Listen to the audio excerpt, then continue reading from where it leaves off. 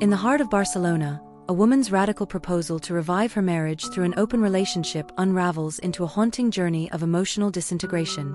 Nadia and Ardián, once bound by years of quiet routine, venture into dangerous emotional territory, believing that freedom might rekindle their fading intimacy. But as Nadia falls for a mysterious photographer and Ardián finds unexpected solace in a colleague, their carefully laid rules begin to crumble.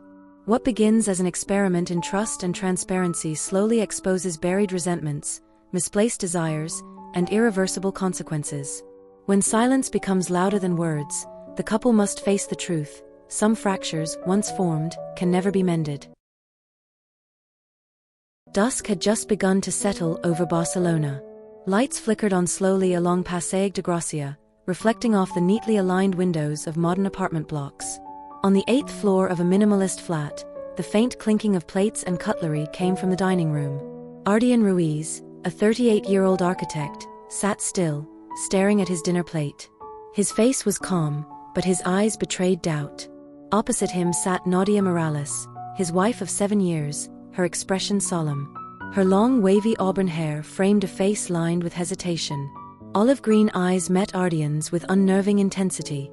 "I've been thinking about it for a while," Nadia said slowly, her voice nearly drowned out by the distant hum of evening traffic. "We could try an open marriage." Ardián froze. 1 second. 2. 5. He looked up, his brow furrowed. "Are you serious? I know it sounds insane, but I've read about couples who make it work. They become more honest, more connected. We've been stagnant, Ardi. We need something to change." Ardián leaned back in his chair. Behind the mask of stillness, thoughts stormed within.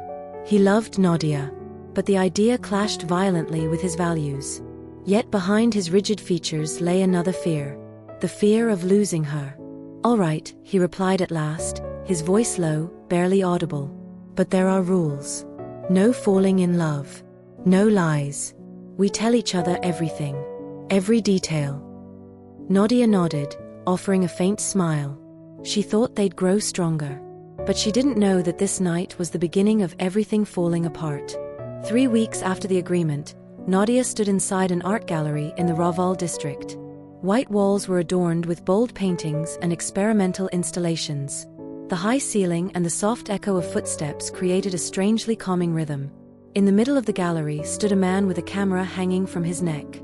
His light brown curls, sun-kissed skin, and steady hazel eyes marked him as someone who saw the world differently, with the quiet poise of a street artist. "Reza Domenech," he introduced himself when Nadia approached, drawn to one of his photographs. His voice was deep and composed. "Nadia," she replied.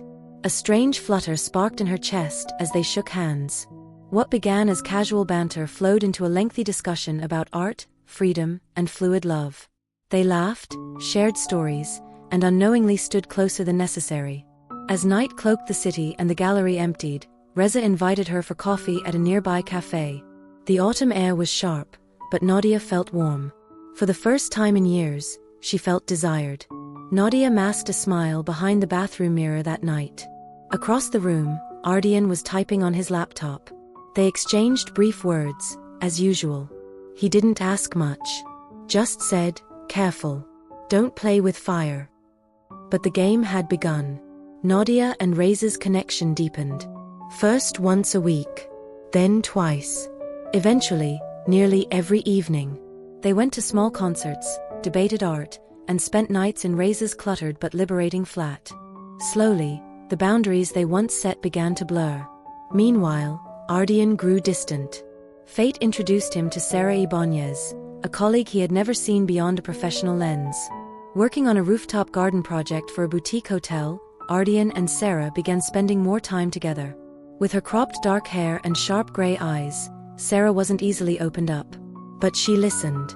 And that was enough to make Ardián feel alive again. Nadia began to feel uneasy. One night, she noticed Ardián returning late, smelling faintly of a woman's perfume she didn't recognize. She said nothing at first, but her stomach twisted. "Who were you with tonight?" she asked eventually, tidying the table. "Sara," Ardián replied tersely. "Sara who?" Nadia's voice rose. Ardián looked her straight in the eye. Colleague. Landscape design. You said we'd be honest, didn't you? The argument was inevitable. Words flew. Not because of their external affairs, but because the hidden wounds they'd ignored were now gaping. Suddenly, Nadia felt like a guest in her own home. What once felt like liberation now felt hollow. That night, she went to Reza. But something was different. Reza didn't smile as he used to. He was cold. I can't keep doing this, Nadia. You still live with your husband. I'm not someone who waits in the shadows. But we have something, Reza. You know we do. Reza shook his head. All we have is the time you spare me. Not a life together. The days that followed passed in silence. Nadia didn't see Reza again. She tried resuming her routine, but every corner of the city reminded her of him. At home, Ardián grew quieter. And Sarah, her name whispered like a ghost. One night, Nadia found Ardián on the balcony, sipping wine as he gazed at the city lights. She sat beside him, attempting conversation. All he said was, "You said this would save us." Nadia said nothing. For the first time, she realized the idea she believed would mend their bond was the very root of its decay. She looked at Ardián, who was no longer the same. Not because of Sarah.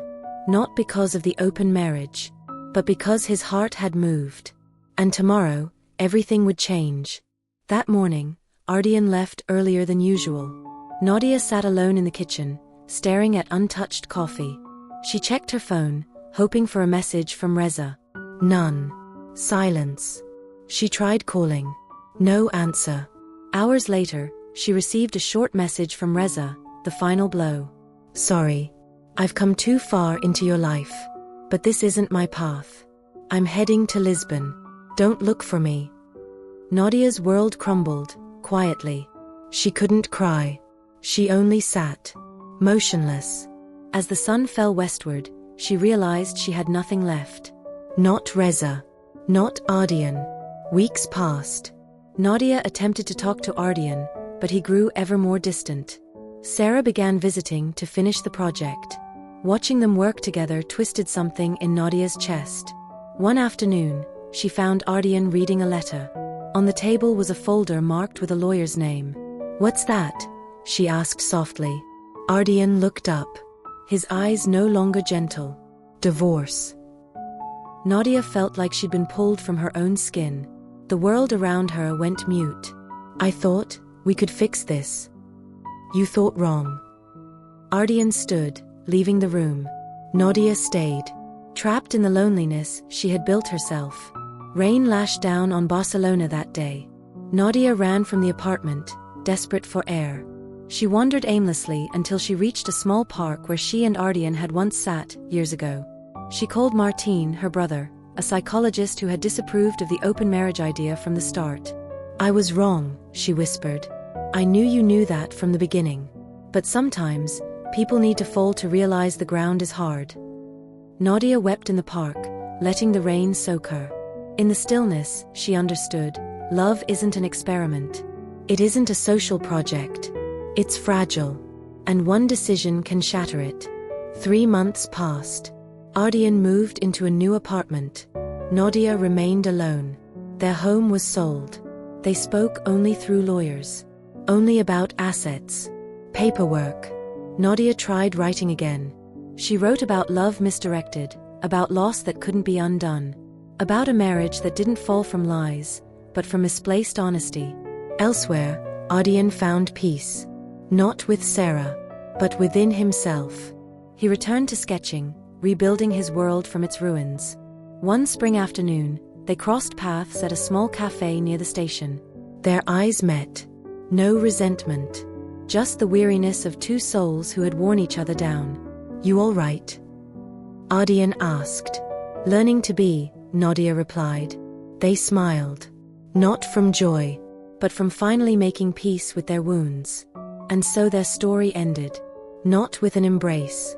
Not with hope. But with a silence that revealed, not all love must be possessed to be remembered.